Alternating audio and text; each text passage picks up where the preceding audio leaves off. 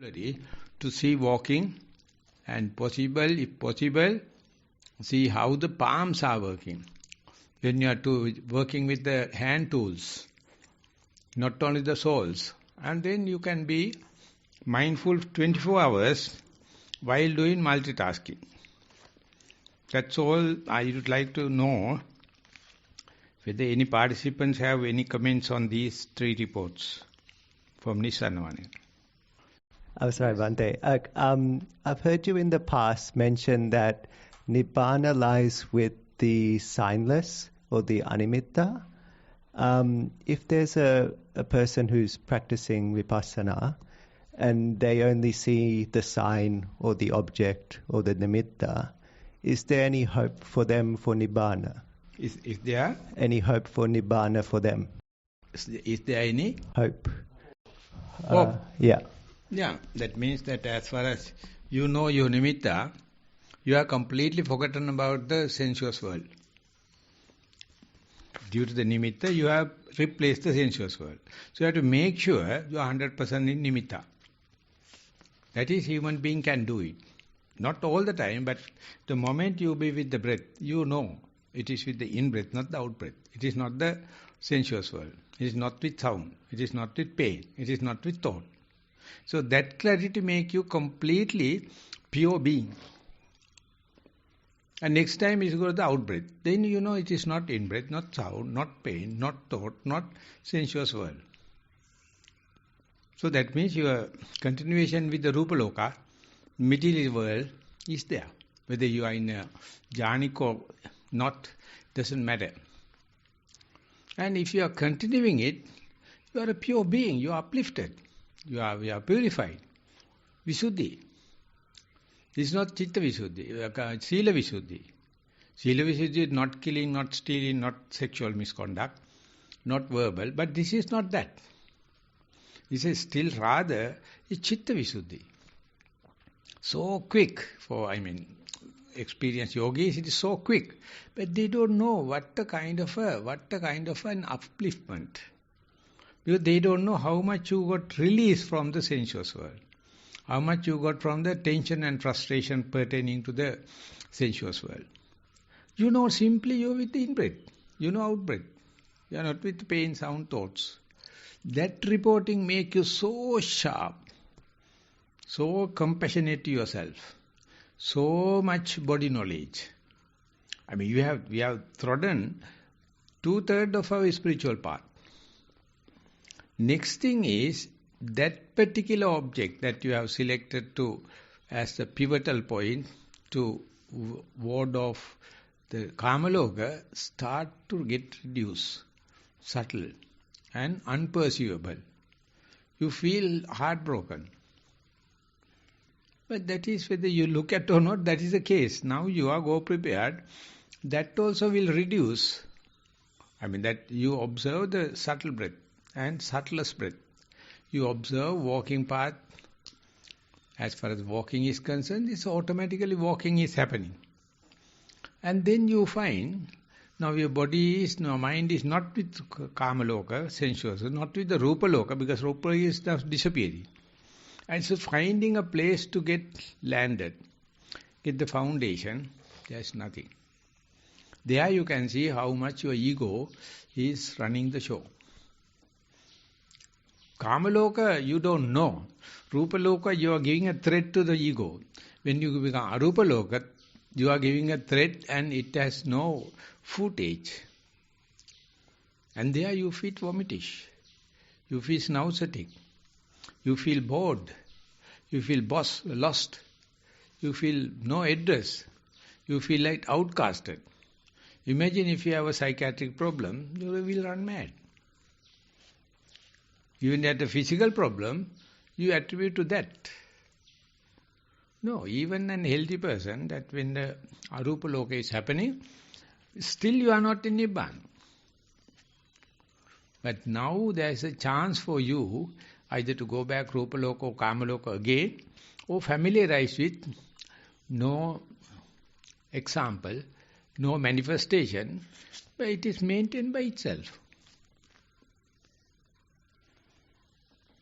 Then you can either claim or disclaim. Dhammeta or atammeta. You can disavow it. Then Nibbana. But if you say, I am given up the Kamaloka, I have given up the Rupaloka, I am the person with Arupaloka, then you are claiming it, so you have to suffer accordingly. So there you have to have a kind of a gambling. That's gambling, not related to the ethics, not related to the popularity, society at large, because you are now in a very penetrated situation. You are not answerable to anyone. You are omnipotent, omnipresent God. You can either claim, I am the person who created the world. Or you can disclaim, what the hell, creation means a creation of suffering. I can just be. I am choiceless to be aware. So this is, each and every human being, they have this potential. They have this possibility for that, but they are not happy because there is no egotism, there is no arrogance over there. There's nothing to compare, nothing to become one-upmanship. So that is the part we are going to do it, and even then, you are not to the Nibbana. It must be so familiar. Each issue happening in the sensuous world or Rupaloka or Arupaloka, you must learn the art of disclaimer, art of disavow, art of atammeta. The problems are belong to them. I am just a listener as a deaf person. I am an onlooker as a blind person. I feel, smell, taste and touch. I mean, there is least. You can disclaim, and I think that thinking is the utter foolishness of me. The world criticizes a Nobel laureatic type of a great achievement, but the Buddha says you are a bullshit. You are a useless fellow because you are claiming. Disclaiming is at your fingertip. So that game, I mean, that kind of a disclaimer, that kind of a risk-loving business and dramatic thing.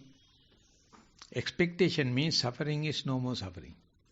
Mishap is no more mishap. Tension is no more tension because you expect it.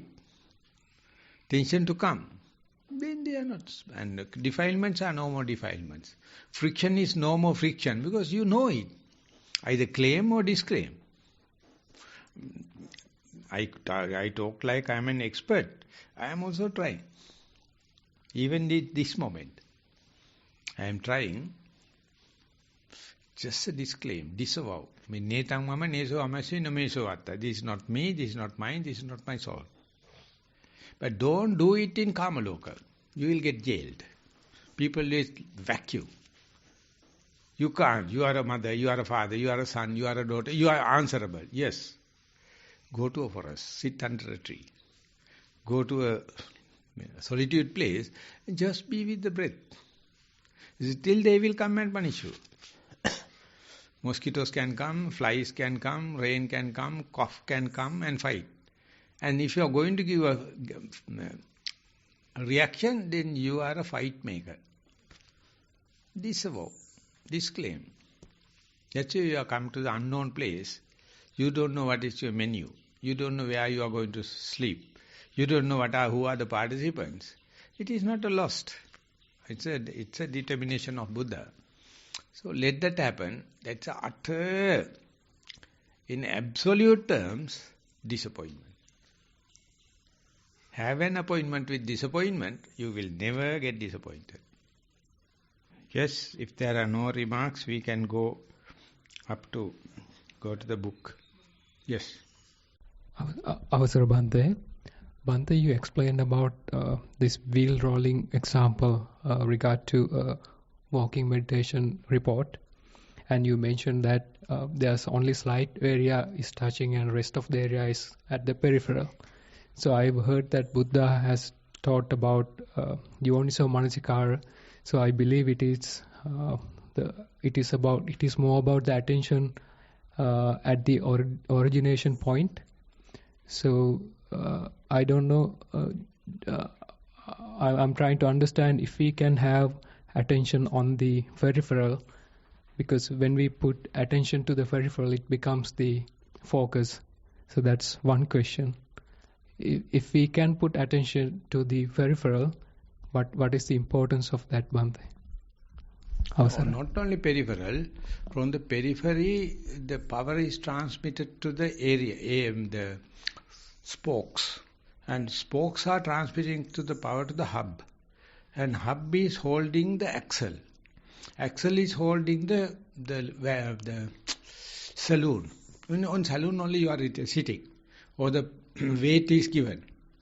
The bull is pulling. And periphery is rolling, giving one radius to one radius, the power transmission. Each time when radius comes, it is very straightforward.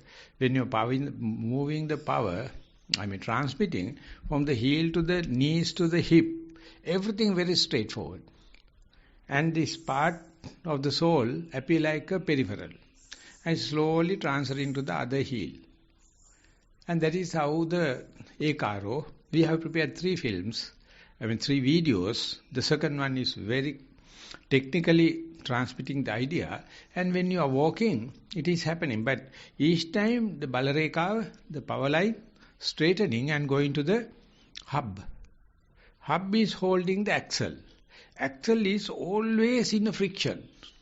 Even the hub is stable or it is rotating. That is the part people are making ball races, roll races, hold it. That is the suffering. The upper part is just moving, resting on the axle. Axle is taking care about the hub. Hub is transmitting power. So therefore, peripheral part is just a superficial understanding. But the power transmission, power straight line, and then directly going to the atlas bone. And it is holding the head. Head reads each and every minute changes. Whether you know or not. Otherwise the defense system won't work in the body. So when you are walking, the upper part is just like a puppet. Hub is taking the hip is the middle center of the circle, and Leonardo da Vinci, he knew it. He painted everything, taking the hub here. And all the limbs are up and down is equal, and power transmission and every lines are aligned, unless otherwise you have no bone melodies, distractions, and these things are happening.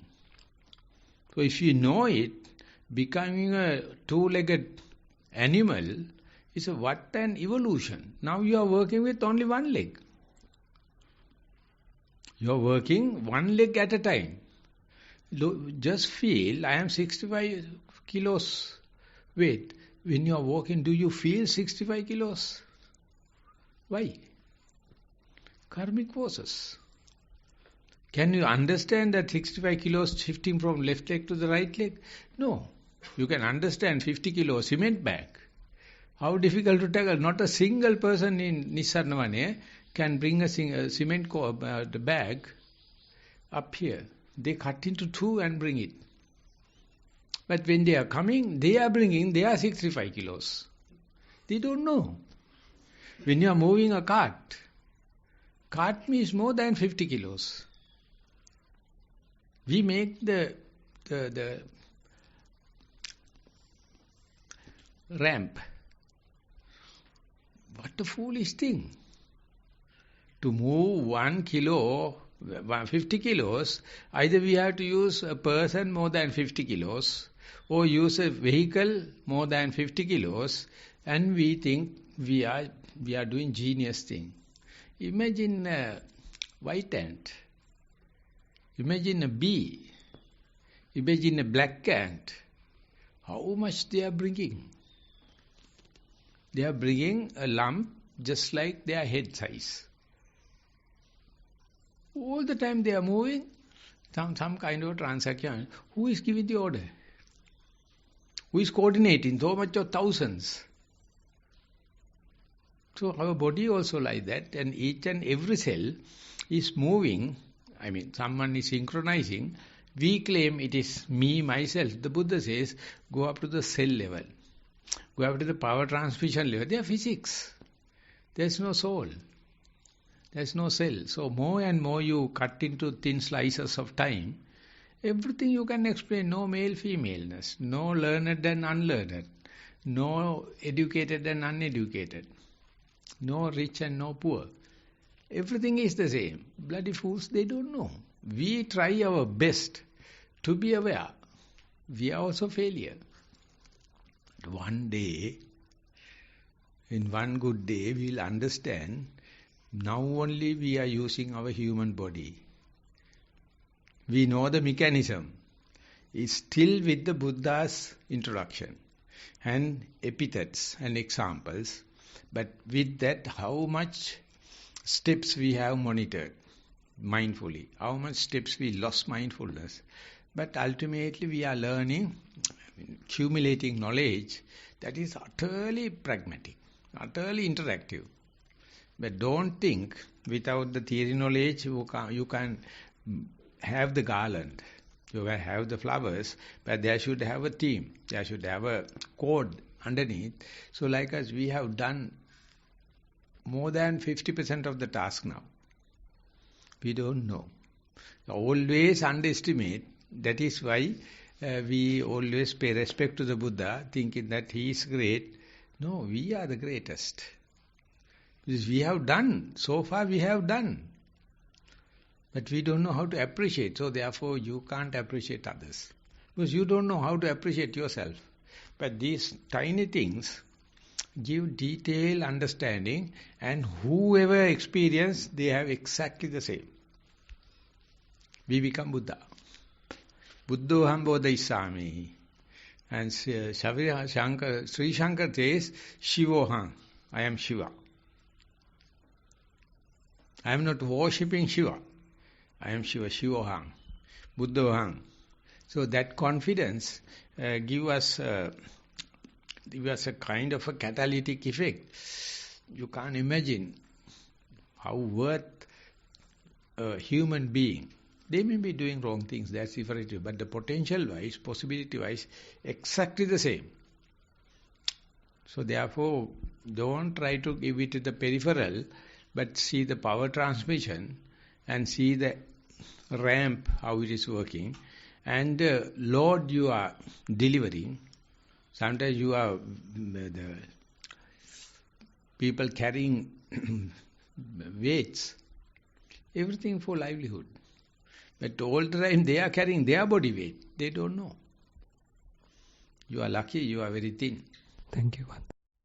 Okay, we can move if there are no other comments. Avasarai Swamini Wahanse, we are talking about Udaya Sutta, which is the 13th sutta in the Sutta Nipata Parayana Vagga. We have almost reached the last section. Just to start with, I'll read the previous verse also, which we already discussed to some extent. So this Udaya Manava, the Manavaka, so he's asking a question. Kingsu Sangyojano Loko, Kinsu Tassa Vicharana, Kissassa Vipahanena, Nibbana Miti Uchati. Then Buddha answers, Nandi Sangyojano Loko, Vitakkassa Vicharana, Tanhaya Vipahanena, Nibbana Miti Uchati. So I think we can start the discussion from that, and I invite Venerable Dhammajiva to give the English translations. By what is the world fettered? What is its means of traveling about? By the abandoning of what is Nibbana spoken of? And the Buddha says, the world is fettered by delight. Thought is its means of traveling about. It is by the abandoning of craving that Nibbana is spoken of. So Nandi Sangyojana Loko, so all these are due to the gravity. Gravity. Whole world is gravity. Nandi. Kind of an attraction. Kind of a desire. So that is what ultimately Isaac Newton also detected. Usually when the apple is fallen upon the head, we don't care. How does it fallen down? But not only the apple, if your head fallen down onto the earth, exactly the same. Nandi Sangyojano Loko. So that is desire. And it has many, many facets. So the Nandi Sangyojano Loko, what's the second step? So, and then some parts we selected for chattering. Everything happening, you don't select. It's like a buffet diet. You select some dishes. Vitakka means you select the dish. Vichara means you taste it or you analyze it. So therefore, there you have the rich or poor, learned or ignorant. You have the buffet. That's a human nature. And you select according to your wish, according to your directed dispositions, according to your underlying tendencies. You don't know why. Males and female. Some people are with the sweet things, some people are with the oily things, some people are with the hot things. They select and they taste only what they served into their plate. That is vitakkatsa vicharana. And they think they are tasting the table. Never. They have no that capacity. They select their vitakka.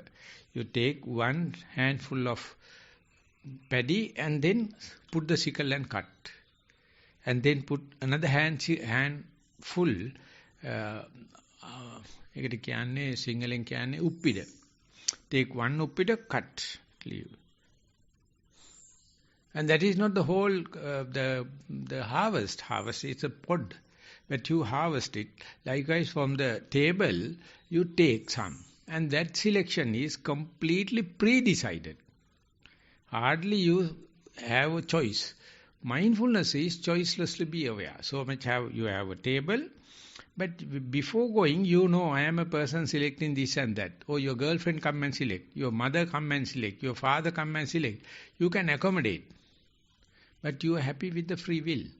That is vitakka. And that is only you are analyzing. Vitakkassa vicharana. And then you think you have tasted the table. You are thanking the person through the party, but you have selected less than 1%. When you are rotating the wheel, how much touching the ground? The tangency, less than 1%. That only complete power transmission happen. Wheel is aligned, bull is pulling, and this is vitakkassa vicharana. Nanditassa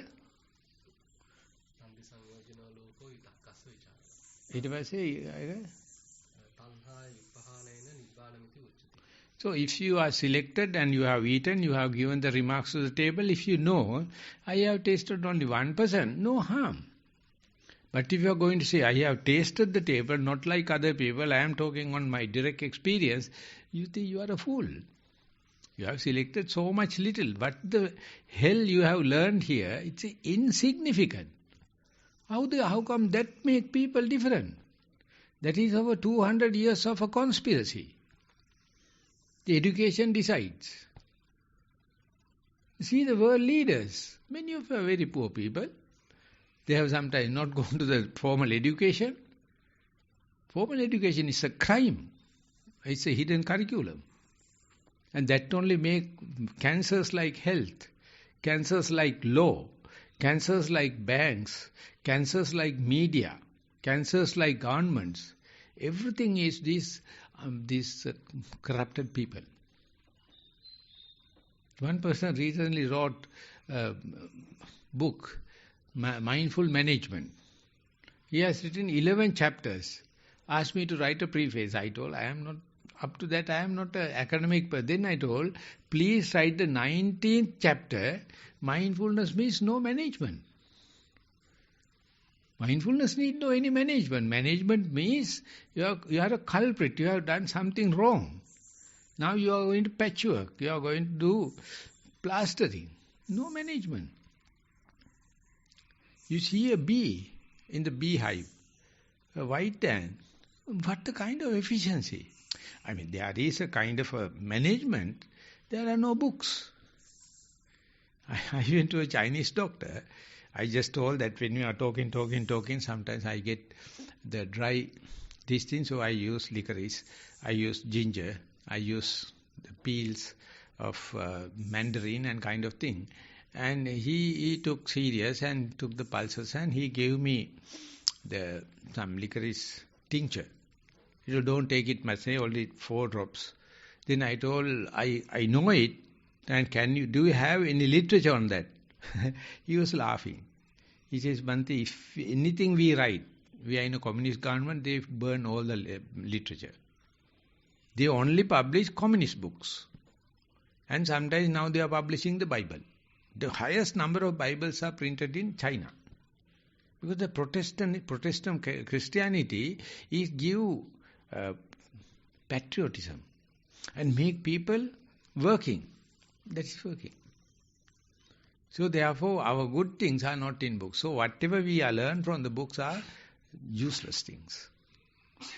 That's why they become the bestseller. Good things never come to the stage. So likewise, when you are doing, you have to understand whatever you gain, whatever you learn, whatever legally you are protected, whatever politically you are sound, you are insignificant. You don't know impossibilities. You don't know how much unknown, how much no boundaries, and that's the place Nibbana is like. So through that known, through that bounded thing, through your comprehensive thing, you have to relatively understand so much I don't know. That is what avijjaya vippahanena. The knowing that you are unknown, you can't make desire. To the unknown, when you are walking, if you can feel the arch, there not be attachment for that.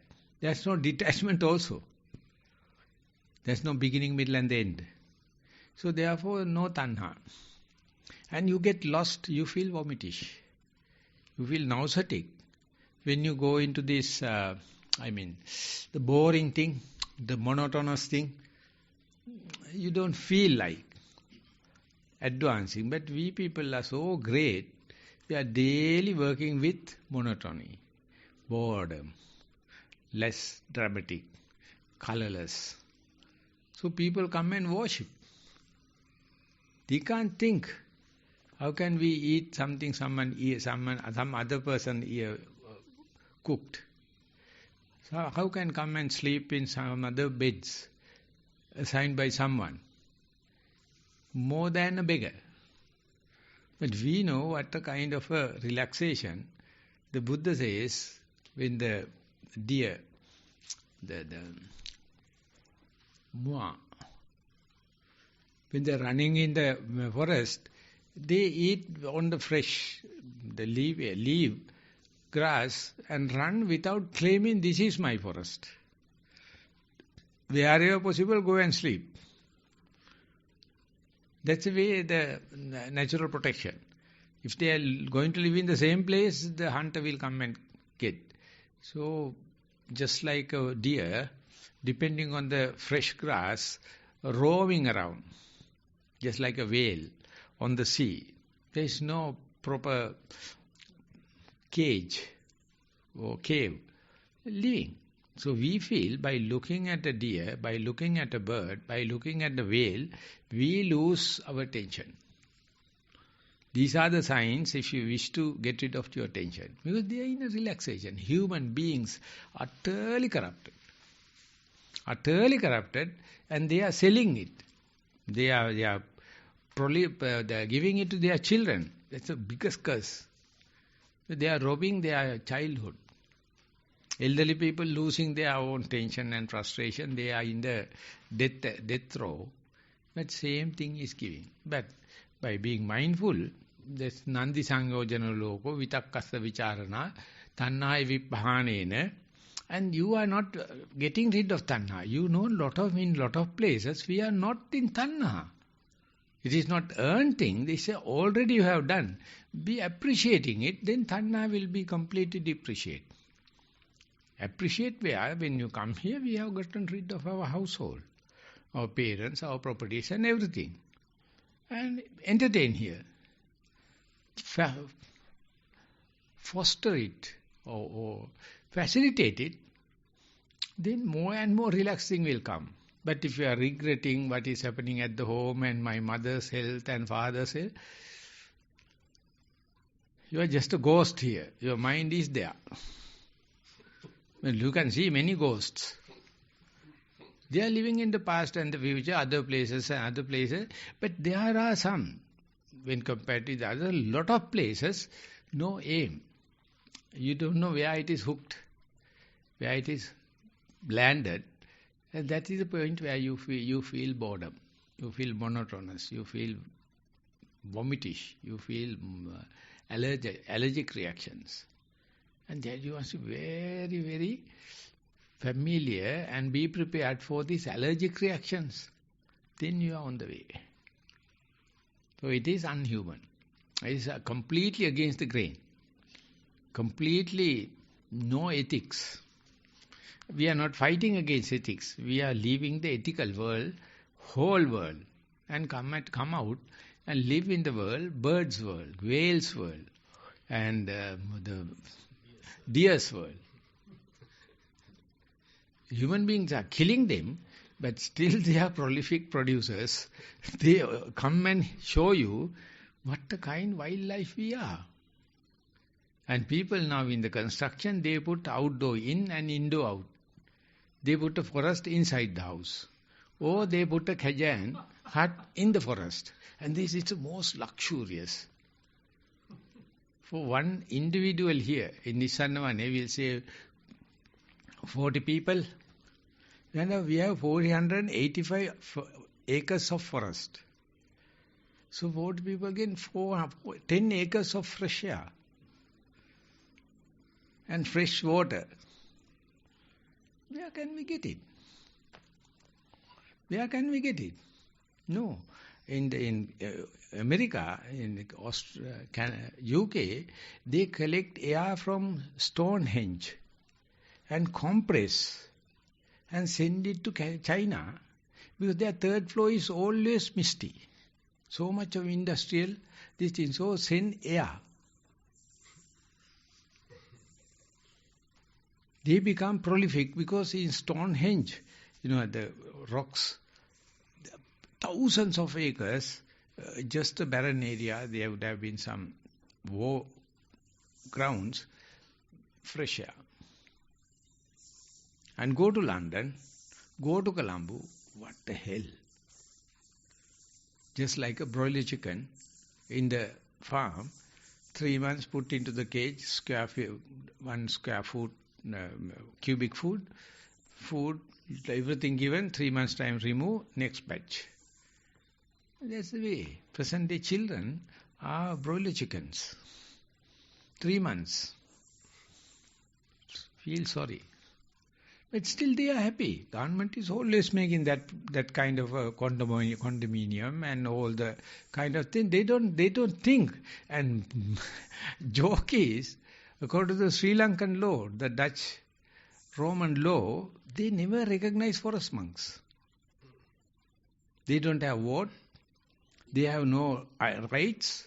They don't know they are existing. Which we are on principle, we are not going to the political meetings. That's enough. I like others' ideas if you have anything to contribute.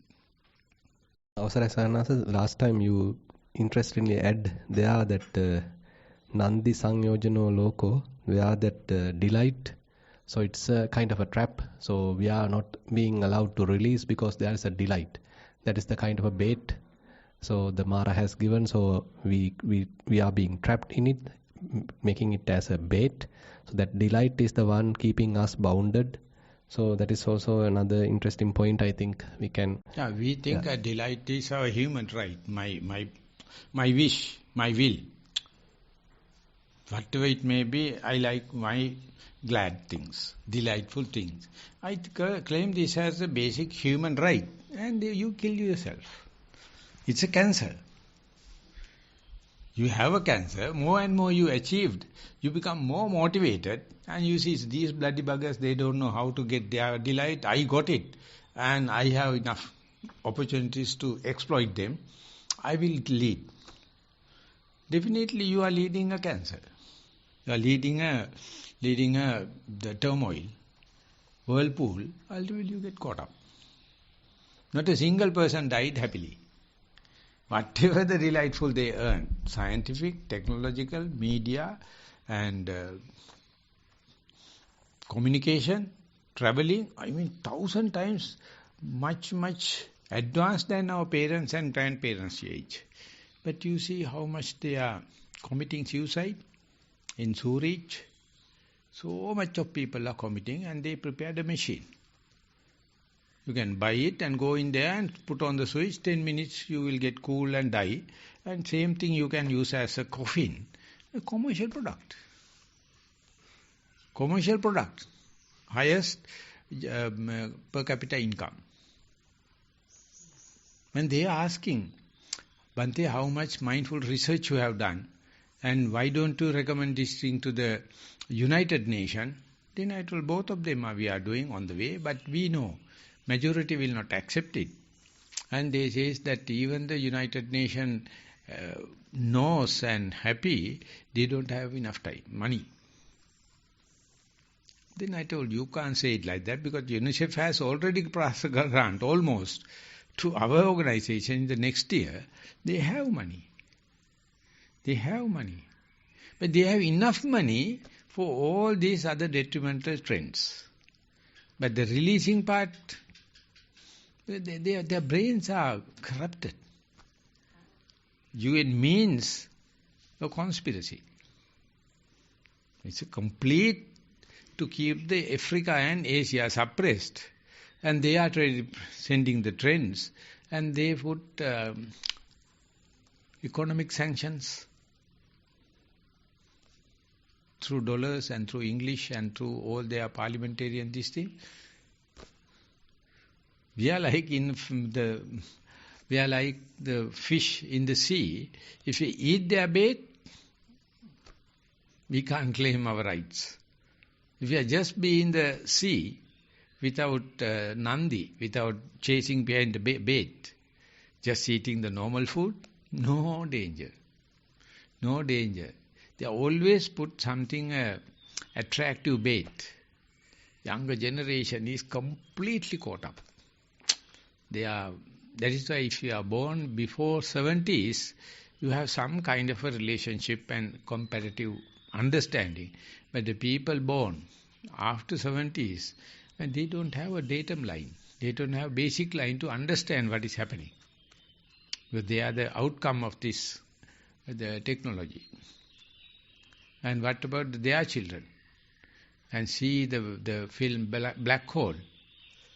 The biggest engineer, the most bright person, and he came to know, if I marry a bright girl, my children will be with autism. Ultimately get affair with a bright girl, beautiful girl. Ultimately they fall in love, but decide not to make children. But they are sexually, intercourse is happening, and then wife get pregnant. The same day father got mad. He knows definitely that child is end up with autism, have all the kind of dementia, all the kind of thing, because it's a proven fact. Proven fact. So Ajahn Brahm says, marry a dirty, foolish village girl. Because that the beautiful girl is a bait. And very difficult to avoid conception.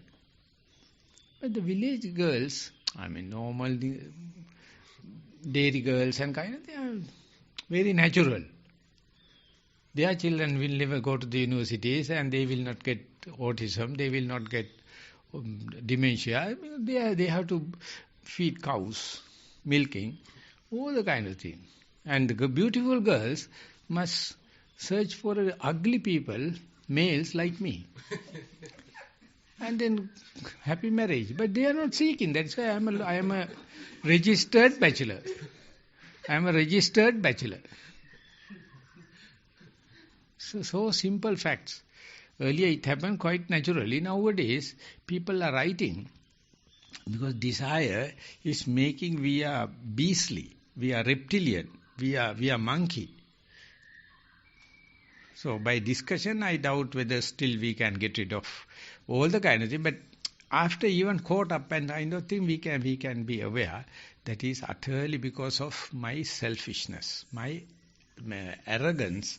Only I selected this bad part. The other things are abundant. When you go to the buffet diet, you select what is you like it. And then you are cut off from the rest of the table. You have to ask someone, can you serve me something? No, Bhante, you have anything you can take, never mind. You just serve a plate and give me. Then I will get a new one. If you select, and you think it's a free will, if you think you are this thing, you select your bema porake tamai. Mokadda porake kiyanne? Gallop. So give a free chance to the people, they will die quickly. They are selecting detrimental things. But someone is selecting, never mind. You selected, I have taken, maybe poisonous, never harm, he is also responsible, the servant person responsible, I am also responsible, that's my fate. But now, according to the present way of security, that is even parents can't decide upon the children. They have their own fate. This is 2600 years old knowledge. Not a single university allocated for this kind of knowledge in the world. Not a single faculty, not a single professor, not a single subject in the universities, schools.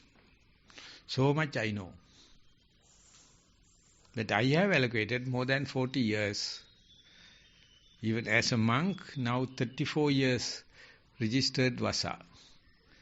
So I am so happy to be with, and still the world never changed. Even I take so much of effort to introduce mindfulness and choiceless to be aware, consider this as very inferior when compared to the Oxford University degree, Harvard University degree. I have no any envious idea, I have no any pushing. I just keep that my plate also in the table. Those who wish, it is not my plate, it is a Buddha's plate. I am a waiter. Just keep on the disk. I am removing everything out because hardly people taste it. It is not tasty. I think along the line that you were just discussing about the liking, nandi, or the fact that that we have desire for certain things. I often wonder that even in meditation, sometimes I feel like when there's nothingness comes, there's some kind of a desire for me to reacquire that. How do I get to there more often? Something like that. I think that also, like you were mentioning earlier, maybe that's part of the pre-selected fact. So how to, I think my question may also be wrong. My question is, how do I get rid of that? How do I get that attachment? How to conquer that attachment, to go to that nothingness state?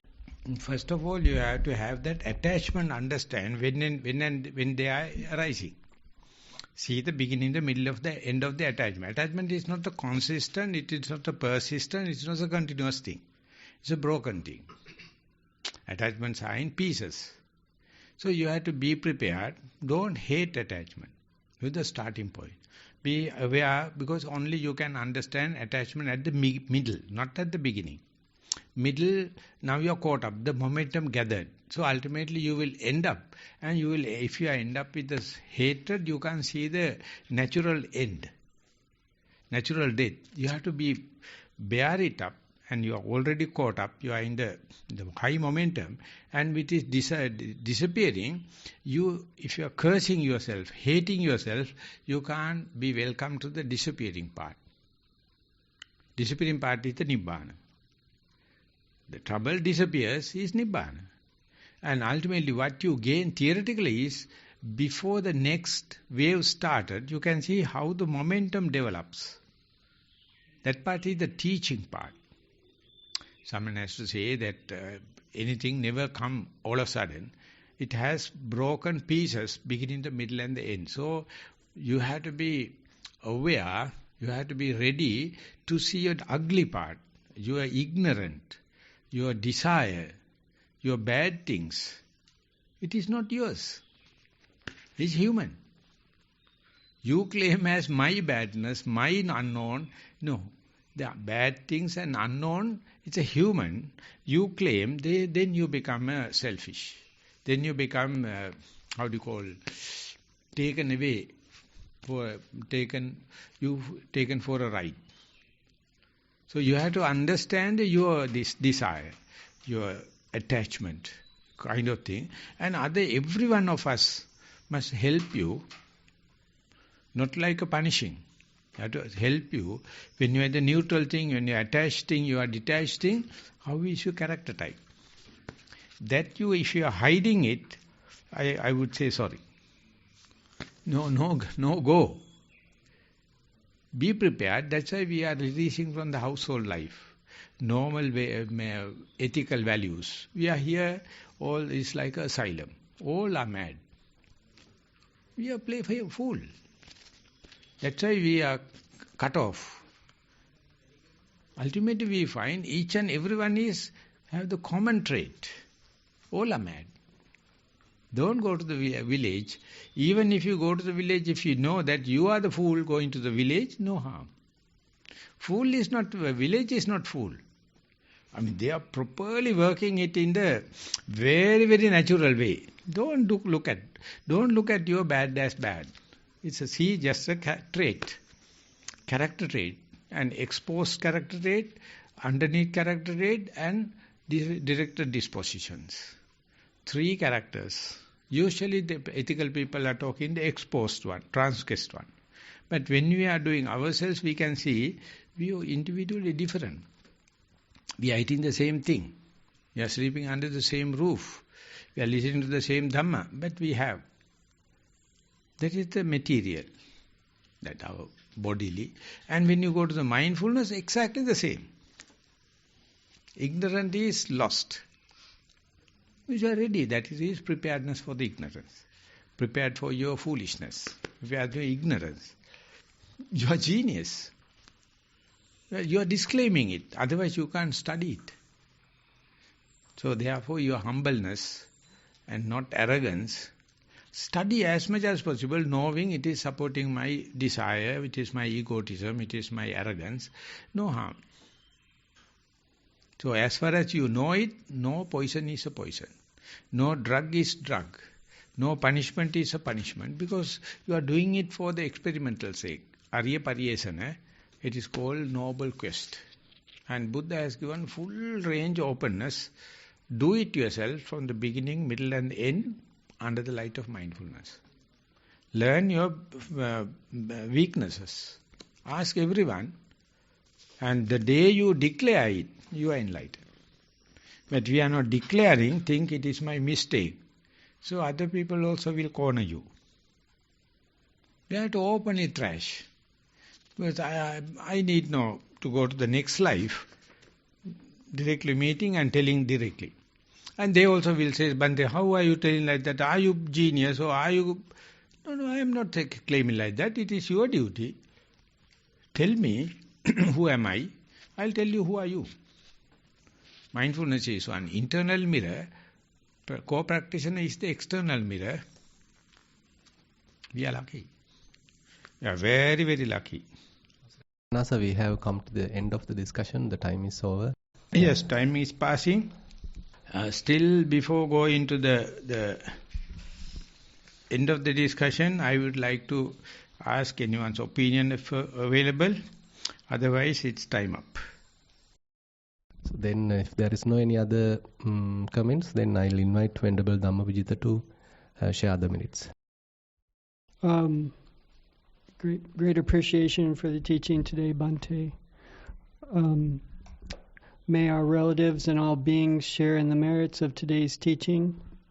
May all celestial beings share in the merit produced by today's teaching, and may they protect the Dhamma explanation and offering of the Buddha and his disciples for a very long time. And perhaps the seeds of Buddha's teaching that have been planted in our hearts and minds may grow, producing path, fruition, and nibbana.